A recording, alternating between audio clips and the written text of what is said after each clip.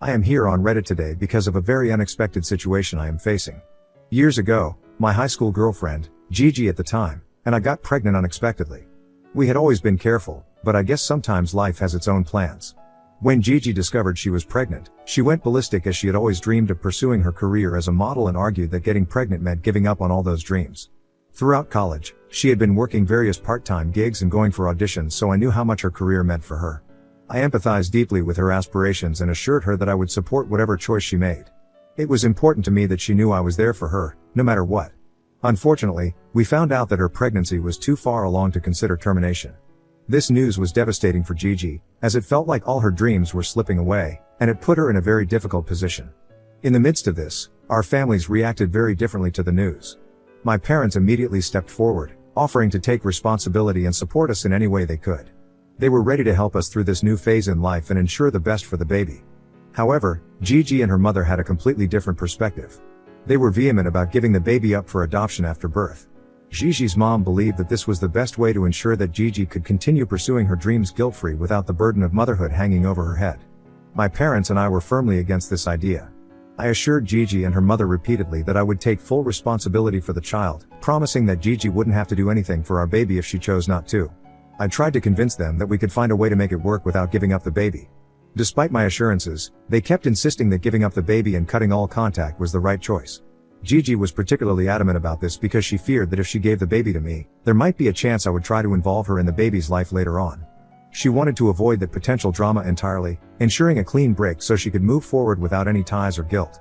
I spent days begging and reassuring Gigi that after she gave up her parental rights, I would never contact her again about the baby. I promised her that she could go on to live her life without ever having to think about the child, completely guilt-free. Eventually, both she and her mom were convinced, and that is exactly what happened. After Gigi gave birth to our baby girl, Diana, she recovered and resumed her life. My parents and I took on the full responsibility of caring for Diana. Initially, balancing my studies with caring for a newborn was challenging, but I've never regretted my decision. Seeing my daughter grow and thrive brought me immense joy and a sense of purpose. Throughout the rest of my college years, Gigi avoided me completely. She never once inquired about our daughter, and I stayed true to my promise, never bothering her about it. My focus was entirely on raising Diana and building a stable life for us. Diana meant everything to me, and it's hard to put into words just how deep my love was for her. They say there's a special bond between fathers and their daughters, and from the moment I first saw her in the hospital, I knew that was true. It was an overwhelming feeling when I held her in my arms, like my entire universe suddenly centered around her. She brought an indescribable purpose into my life. I can't even count the number of times my classmates would tease me about becoming a dad too soon. They would say I was missing out on life and that I should be out having fun, not changing diapers and worrying about a baby. Despite their comments, I never paid any heed to them because they didn't understand the bond I had with Diana or how fulfilling it was to watch her grow and learn. Sure, my college experience was vastly different from theirs, but looking back, I wouldn't have traded it for anything. Every milestone Diana reached, every smile, and every little moment we shared made all my sacrifices worth it. I worked tirelessly to graduate from college with good grades while juggling a part-time job to support my daughter. Being a single parent is incredibly challenging, so I'm immensely thankful to my parents for those days when they stepped in and did their best to watch over my daughter whenever they could. From babysitting Diana when I had late-night study sessions before my exams to offering advice and a listening ear when it got too frustrating for me, their unwavering love and support helped me navigate the toughest times.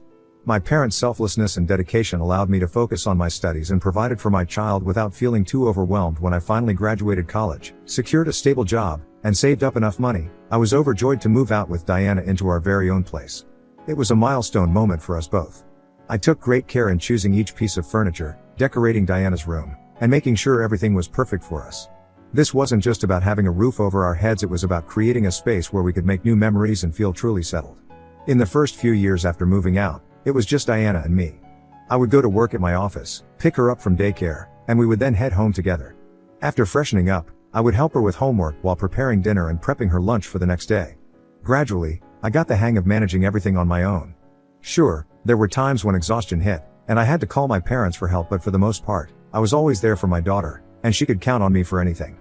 Being her parent was my first priority, and seeing her grow and thrive as a happy child was incredibly rewarding. When Diana was 5 years old, I met her stepmother and the love of my life, Chloe. Chloe was a divorcee who had come out of an abusive marriage. Despite her difficult past, she was an incredibly kind and compassionate woman. The way she interacted with Diana was what truly made me fall in love with her. Chloe understood how important Diana was to me, and she embraced her wholeheartedly. Seeing the bond they formed and how naturally Chloe took on the role of a loving figure in Diana's life made me realize that she was the one I wanted to share my life with. When Chloe and I got married, Diana was our flower girl. I still have those adorable pictures from our wedding, showing how she never left our side throughout the entire ceremony. She looked so sweet and happy, and it warmed my heart to see her being part of such a special day. The wedding was a joyous occasion for everyone, and our little family was surrounded by love and support. My parents, in particular, were overjoyed. They cried tears of happiness because they knew how much I had struggled over the years. Seeing me finally find love and build a happy family meant the world to them. It was a beautiful day, filled with love, laughter, and the promise of a bright future together. Over the years, Chloe consistently proved to be a loving stepmother to Diana, caring for her as if she were her own daughter. After moving into a larger home that Chloe and I purchased together, I tragically lost my parents to health issues. This period was devastating for me, and perhaps why I couldn't give Diana the attention I used to. It was during this time that Diana started facing bullying in high school.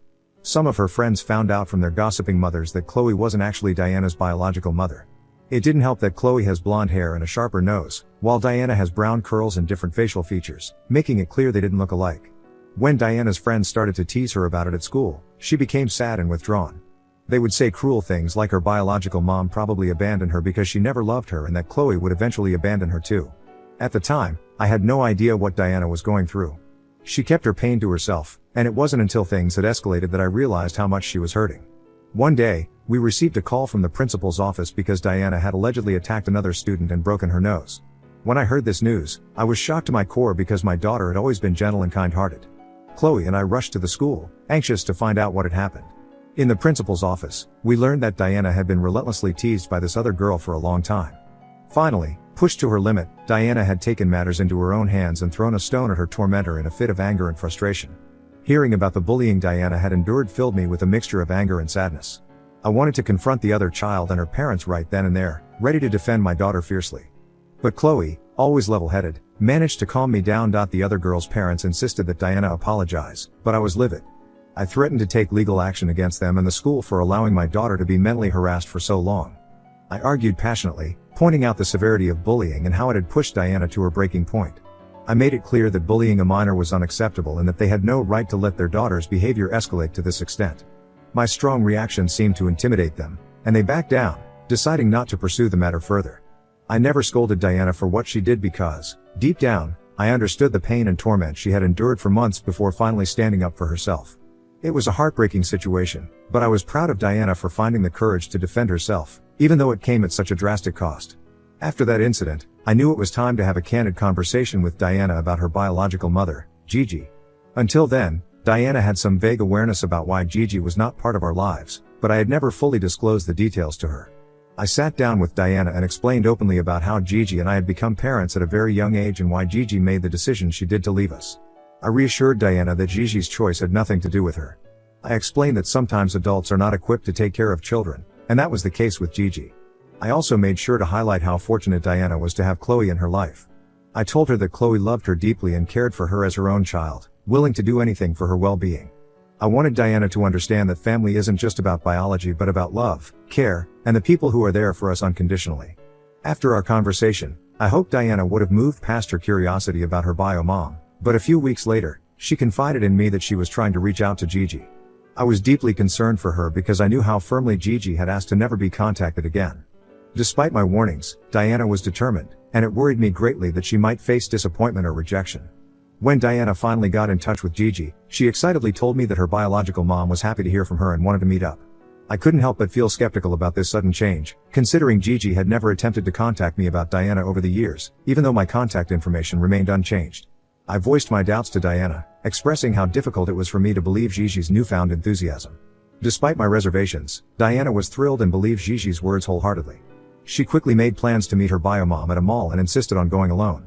I firmly insisted that I accompany her, at least to drop her off and verify if it really was Gigi. Reluctantly, Diana agreed to my condition. On the day of the meeting, I drove Diana to the mall where she was supposed to meet Gigi. When we arrived, I scanned the crowd anxiously, searching for any sign of Gigi, half expecting her to not even show up. Suddenly, Diana spotted her. She pointed excitedly, and my eyes followed her gaze. There, standing not too far away, was Gigi. She seemed genuinely happy to see Diana, and they embraced warmly. It was a surreal moment, seeing Diana reunited with her bio mom. I stood back, giving them their space but keeping a watchful eye. Seeing Diana's smile and the way she interacted with Gigi eased some of my initial doubts. It was clear that this meeting meant a lot to Diana, and despite my concerns, I couldn't deny her the chance to connect with her biological mother. Gigi greeted me politely, and assured me that she would bring Diana home after their conversation was done. She expressed gratitude for the opportunity to meet her daughter and appeared genuinely sincere. Feeling a mix of emotions, I decided to leave them to talk and give Diana this important moment. Several hours later, as promised, Gigi returned Diana home. My daughter looked flushed with excitement, clearly having enjoyed her time with her biological mother. When I asked Diana about their conversation, she eagerly recounted how wrong I had been about Gigi for all these years.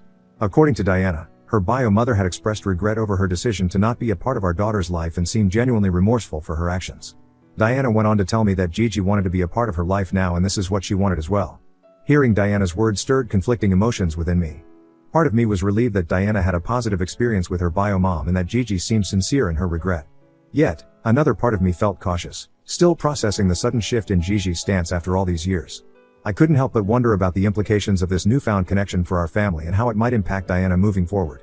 Chloe reassured me that I couldn't control the situation and that all we could do was hope Gigi wouldn't harm or emotionally affect Diana in the future. Over the following weeks, Diana began regularly meeting her biological mother every other weekend for a few hours. Initially, I was supportive as much as I could be, wanting Diana to explore this newfound relationship. However, I started noticing a pattern. Each time Diana went to meet Gigi, she would ask me for money beforehand. Initially, I assumed it was for personal expenses, but it became clear that Gigi expected Diana to pay for their meals whenever they met. I was puzzled and concerned, so I asked Diana why Gigi didn't offer to cover these costs. Diana explained that Gigi was facing financial difficulties at the time but assured me that her bio mom was actively searching for a job and would soon be in a better position. As odd as this arrangement seemed to me, I chose to let it go for the sake of Diana's happiness. I wanted to support her in maintaining this relationship with her biological mother without adding unnecessary stress or tension. My priority was ensuring that Diana felt supported and loved, even if it meant accepting certain compromises along the way. However, I began to notice items disappearing from the house. It started with seemingly minor things, such as Chloe's cherished ancestral cups and saucers, which were wedding gifts from her grandmother. Initially, we dismissed it, thinking they might have been misplaced. However, when my wife discovered that some of her expensive clothes and lingerie were also disappearing from her closet, our concern grew considerably. The situation baffled us because we couldn't understand where these missing items were ending up. Naturally, we turned to Diana for answers, hoping she might have some explanation. Each time we asked her, she adamantly swore that she had no idea about the missing items or their whereabouts. She blamed Chloe for being careless and told me that she was probably overreacting. Decided to install cameras in our common areas at my wife's insistence, hoping to catch any potential intruders who might be stealing from us. One day, Chloe couldn't find her wedding ring anywhere. Normally, she would leave it on our bedside stand before heading to the gym for her workout. I followed the same routine with my ring because they were both valuable and we wanted to keep them safe from any potential damage in the gym. When Chloe returned home, she couldn't locate her ring despite searching everywhere. She was visibly upset and anxious by the time I got home. We decided to review the footage from our security cameras together to see if they could provide any clues. As we watched the recorded footage, what we saw shocked us and left us questioning everything we thought we knew. It turned out that whenever we were not at home, Diana would roam around the house and take things that didn't belong to her. As we watched the footage from our security cameras, we witnessed Diana entering our bedroom and emerging with something in her hand, a clear image of my wife's wedding ring. When I confronted Diana about the theft, she initially denied any involvement. However, I calmly showed her the incriminating footage. Her expression turned pale as she realized she had been caught red-handed. Sensing her distress, I asked her gently to explain herself. I wanted to understand why she had resorted to stealing from us. Chloe asked her if she had stolen her clothes and lingerie as well, and this is when Diana burst out crying. She finally confessed that she had been stealing from Chloe for months as a form of revenge. She told us that she had grown to resent the fact that Chloe and I were married. Diana expressed that she wanted me to leave Chloe and to consider reconciling with her biological mother, Gigi, because according to my daughter, Gigi still harbored feelings for me and regretted our breakup. I was pissed hearing my daughter's words. I tried to remain calm but firm as I explained to her that she was being very delusional. I assured her that my love and commitment to Chloe were firm and that her relationship with her bio mother was separate from my marriage. I emphasized that I couldn't undo the past and that her expectations for me to leave Chloe were unrealistic and unfair to me. However, Diana's emotions boiled over when I did not agree to her. She erupted in anger, shouting accusations that I was the one who had abandoned Gigi all those years ago and asserted that Chloe could never replace her biological mother. She argued that for her sake, I should at least try to be in a relationship with her bio mother since she has always dreamed of having a family where her bio parents were married to each other. Her outburst shook me deeply. I expressed my frustration, telling her how exhausting it was to hear these childish demands after everything I had sacrificed for her over the years. I reminded Diana of all the love and care Chloe had shown her over the years. I pointed out the sacrifices Chloe had made, the support she had given, and how she had embraced Diana as her own daughter. I told her that she was being ungrateful and unfair by expecting me to leave my wife for Gigi. This is when the situation with my daughter took a disturbing turn when, instead of understanding my firm stance, she made a shocking threat.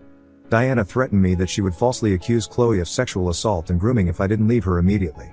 I was stunned and deeply troubled by her words, unsure of where such ideas could have come from. Diana went on to tell me that she had watched enough documentaries to know that this could potentially put Chloe in jail for life and I would lose my wife forever. I asked her if she had lost her mind since this was a pretty serious allegation, and Diana revealed that she was willing to make Chloe's life as miserable as possible, but assured me that it could all stop if I simply started dating her bio mother. I stared at my daughter and for the first time, I felt disgust and fear towards her. She was behaving like a deranged person. Clearly, she had taken her own delusions seriously and had potentially also been influenced and manipulated by her biological mother. I couldn't believe how low my daughter was willing to go to make her twisted dreams of getting me and her bio mother together come true. When my wife, Chloe, learned about Diana's willingness to make false accusations, she immediately informed me that she could no longer live under the same roof as my daughter. She was concerned that Diana might not be in the right state of mind and that her false threats could irreparably damage our life permanently for no valid reason. I understood her reaction and felt compelled to teach Diana a profound lesson about accountability and responsibility, since she would never learn if I went soft on her after the way she had just threatened us. This is why I informed Diana that since she trusted her bio mother so much and she was anyways going to be 18 soon, I wanted her to move out immediately and live with Gigi. I assured her that I would continue to support her financially until she turned 18, but I could no longer allow her to live with us. I told her that she needed to fund her own college education or seek assistance from her beloved bio mom. Diana had no idea until then that Chloe had set up a trust fund for her, so she would have never needed to take out a loan for her education. However, given the circumstances, I didn't want my ungrateful daughter to get a penny out of it, so we had decided to not give her any access to it whatsoever. Diana did try to protest and fight back against my decision. She even resorted to making more vile threats about ruining my life and career, but I didn't listen to her. I called Gigi and asked her to come pick up our daughter. That shameless woman had no remorse on her face when I confronted her about why she had put these disgusting ideas into our daughter's head, since this is not how my daughter ever behaved before. Gigi simply shrugged her shoulders, telling me that it was Diana's dream to see us both together and that it was never too late for us to give it a try. I cringed hearing her words and simply refused to interact with her any further after that. I handed Diana some money and watched my daughter drive away with her bio mother after packing up her things. Diana never contacted me after that day, even though I continued to send her money every week. When my daughter graduated from high school, I learned that she had been accepted into a reputable university with a partial scholarship. She needed help covering the remaining fund, and it wasn't long before Gigi contacted me. She told me that I needed to step up and pay the money required since she didn't want Diana to take out a student loan. I told her there were thousands of students every year who took out student loans for completing their education, and Diana should do the same so she could learn the meaning of hard work also. I told her since she was the one who had put all those poisonous ideas into our daughter's head, she should be the one stepping up since I had done more than enough for Diana. I knew Gigi and Diana couldn't even threaten legal action on me since Diana was now an adult and any legal obligation would not hold against me anymore. After this conversation, I blocked Gigi for my own peace of mind. Several months passed without any contact from either her or my daughter. However, everything changed yesterday when Diana called me in tears. She sounded deeply distressed and pleaded with me to listen to her. I was in the middle of a very important meeting, but I still left it so I could be there for my daughter. Diana explained to me on the phone how Gigi had not supported her in securing a place at her dream university, causing her to lose her seat. As a result, Diana had no choice but to find work at a fast food restaurant for the time being. Apparently Gigi did not want her to live at her place for free, hence Diana had been paying Gigi rent every month. Diana tearfully asked if she could move back home and apologized to both me and Chloe in person for what she had done. She admitted that I had been right about Gigi all along, but also blamed me for not teaching her any better. Honestly, it is hard to trust my daughter again after what she was willing to accuse my wife of. The thought of her making such false allegations again on Chloe looms large in my mind even today. Despite this, she is still my daughter, and I love her deeply. So, I offered her what I believed was a fair compromise. I told her that I would pay her rent each month so she could find a new place to live. This would allow her to save her earnings instead of paying rent to her mother. I even told her that I would help her out with college eventually. However, upon hearing this, my daughter reacted with anger, hurling insults at Chloe and me. She accused me of being useless, claimed that I never loved her, and even wished that I was dead. Her words made me realize how little she had truly learned over the past months. Despite her outburst, I held firm in my decision, and refused to give in to her demands. So, Reddit Ida for not letting my daughter move back in and forgiving her entirely for her past actions? Update 1. Clearing up a few things here. Looking back, Diana's behavior was changing a lot towards Chloe every time she came back home after visiting her bio mom. She would sometimes call Chloe degrading words like old hag or witch whenever they had any disagreement. Chloe and I foolishly assumed that Diana was just going through a phase and would eventually grow out of it. Threatening to falsely accuse someone of sexual assault and grooming is a serious thing. Even if Chloe is a woman, it doesn't mean that Chloe could not have gotten in trouble with the authorities had Diana made the complaint against her. How can I ask my wife to stay with my daughter under one roof after that? Also, Diana continues to clearly hate her, so I think it's too risky to let my daughter stay with us ever again. I did not refuse to pay my daughter's college fees out of spite. I felt it was also an important lesson for her to see just how less her mother was willing to sacrifice for her. Also, if tomorrow your child can threaten you with such vile things and you choose to turn a blind eye to them, you are just teaching them that they can get away with anything. God knows what they can do in the future if they are not taught a lesson. Also, all Gigi needed to do was help Diana take out a student loan and be her co-signer, but she clearly chose not to do that. Update 2. I have talked to Diana and she has finally agreed to let me pay for her rent. She is looking at new places currently. I took some of your advice and I will be sending the rent check directly to the landlord of the house so Gigi won't be able to steal the money from Diana. Also, I plan on having a conversation with Diana regarding her going back to college. Of course, this time, Chloe won't help out with anything because it's not her responsibility. Update 3. So Diana is all settled into her new home now. She and I recently met up for lunch and we discussed her future plans. She apologized to me profusely for everything that happened between us and understood why Chloe no longer wants to have a relationship with her. I've assured Diana that I'll support her in starting college next year if she wants to, so she has agreed on working hard this year and saving as much money as possible. Gigi is furious that she has lost Diana's paid checks, but there is nothing much she can do at the moment since I have her blocked and Diana is no longer speaking to her as well.